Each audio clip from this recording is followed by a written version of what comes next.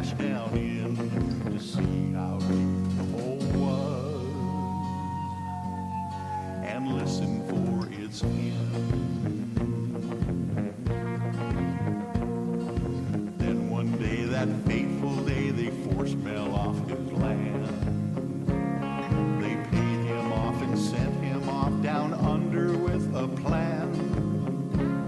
They hid Mel's hole and covered it up so ne'er it could be found, so no one would ever know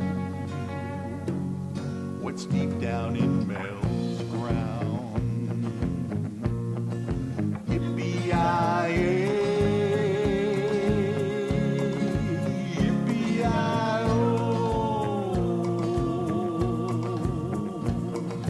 There's no bottom to Mel's hole.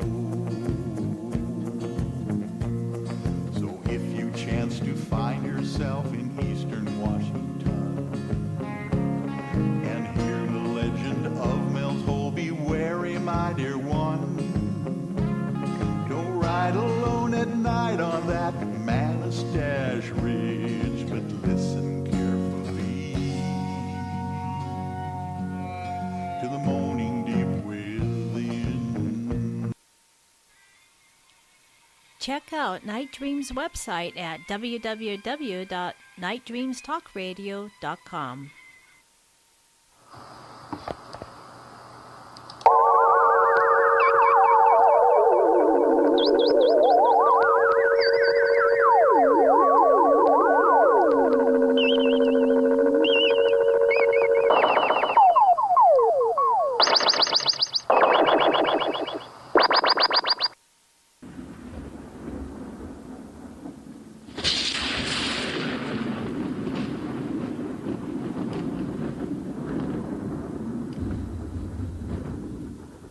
And here we are tonight with Michael Hall, the paranormal attorney, and me, Gary Anderson. And this is his first show. I'm kind of walking with him for his first show.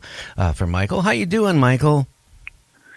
Oh, I'm doing wonderful, Gary. Thank you for giving me the start here tonight. I am really looking forward to our show. Oh, so am I. Yeah, how did you like that bumper stuff I played for you? You know, I really like that guy, whoever the heck is singing that thing, and I love the Ballad of Mel's Hole. I wrote that song, of course, and actually sing the song myself. You know, I'm an old musician, just like yourself, and, you know, every once in a while I dabble into songwriting, and I decided to come up with a haunting new paranormal hit. Well, hopefully it is. We'll see. It is. You know how many people have messaged me, email and text me? I mean, you know what's really interesting about my show during the week? You know, when it is like 10 o'clock here or 11 o'clock here, now, for example, right now, it's like 4 minutes after 3 o'clock in the morning in the UK. And, you know, I have a huge audience base out of the UK, anywhere from, about 2,000 to about 6,000 a night, or in their case, in their morning, are listening to my show. So, you know, instead of going right to bed after I do my show, I'm sitting here answering people's questions, probably to, Pacific West Coast time, maybe 2, 3 o'clock in the morning every single day. Wow. You know, I know that you're immensely popular in Europe, and I am just so honored to be able to hang out with you and with Kevin, and I'm excited to see what we can do here in expanding your worldwide coverage. That's going to be exciting. Well, I think with you on it and Kevin on it, I mean, being on 7 days a week, you know, I'm not trying to compete. Somebody sent me a mail today and they said, you're trying to compete with that other guy, the Big N. And I said, no, I'm not. I'm just doing what I enjoy doing. And I happen to meet two other people that like doing what I do. So, hey, we connected and that's what we're doing. Yes. Yeah, exactly. You know, it's the same thing that anybody will tell you. You follow your passion, you do it the best of your ability, and all of a sudden you start gathering an audience. And that's what's happening to Night Dreams Talk Radio with your iconic voice, for sure, leading the way.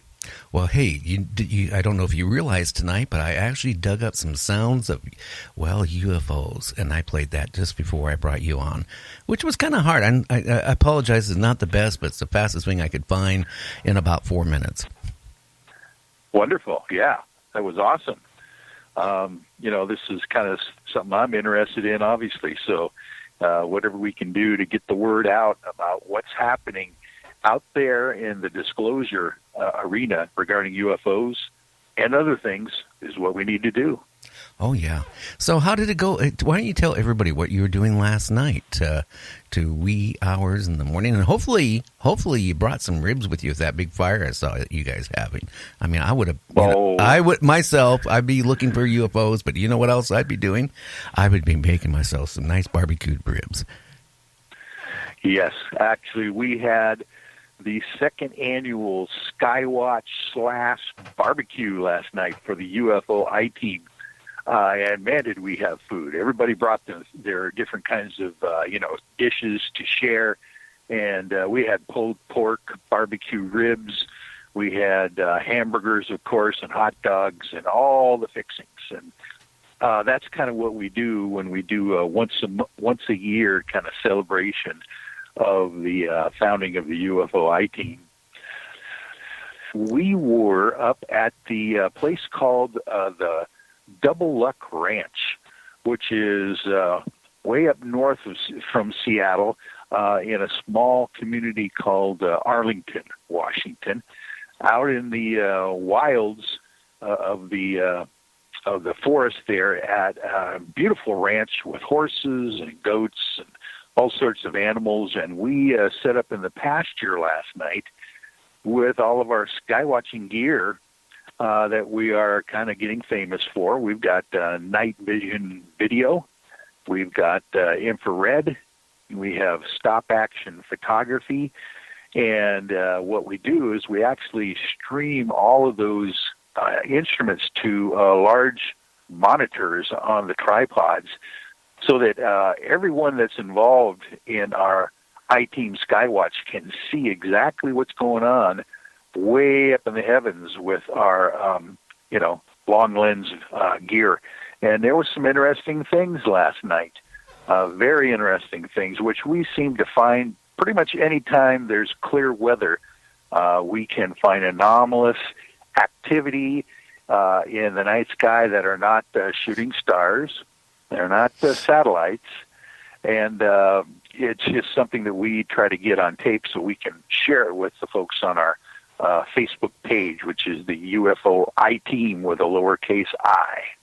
Well, last night, did you actually see any objects go like one direction, come to a stop, and then go another direction, or make any fancy turns, which we know a satellite can't do that? Yes. Well, we have seen that before, and we've captured that on videotape, of course, that you can check out on our web page, which is www.ufoiteam.com, or you can go to Facebook at UFO Eye Team as well. We have got those kinds of anomalous activity in the past, but last night what we found was at least one anomalous object that was moving so slow, was much slower than your normal satellite, which the satellites, you got to realize, typically orbit the Earth about once every 90 minutes, just like the International Space Station. So you can kind of count on the speed that these things are traveling. Matter of fact, what we do have, Andrew Uristi is one of our team members who brings along his apps that he puts on his iPhone and will track every single object in the night sky when you point your phone up in that direction. Whatever direction you point it in, it'll point out the constellations. It'll point out the satellites that go by and tell you exactly which one it is. We even have apps that'll tell us exactly what flight of an airplane or commercial jet is going over in a certain area. It'll tell you the flight number and where it came from and where it's headed. So we've got this technical gear and this one object was not showing up last night on any of our informational gear that we were pointing at it, and it was moving so slow. It was moving in a straight line as far as we could tell, but when we have a stop-action camera on the thing, it will show that this thing typically will move so slow that it does not get entirely through the frame on a 20-second exposure. And you know how that is, being an old camera buff yourself. If you got long exposures and an object is not moving through the frame within that exposure period, you can kind of calculate how fast or slow the thing is moving. Well, don't forget too. You also got the our Earth is like turning. So I mean, tracking that, if it's not getting out of the frame fairly fast, that means it's really moving slow. Yeah, exactly. But it's kind of interesting because when you compare it with the static star pattern, which is behind it, those stars are just solid. They're not moving except for the very slight, rotation of the Earth, like you were mentioning. But when you compare it with the star field behind it, this thing is definitely moving, and it's moving at a pretty good clip. It's just that it is not moving as fast as anything else that we notice when we do the night watches outside. So what we do is we typically record all of that stuff on our camera gear, our videos, and then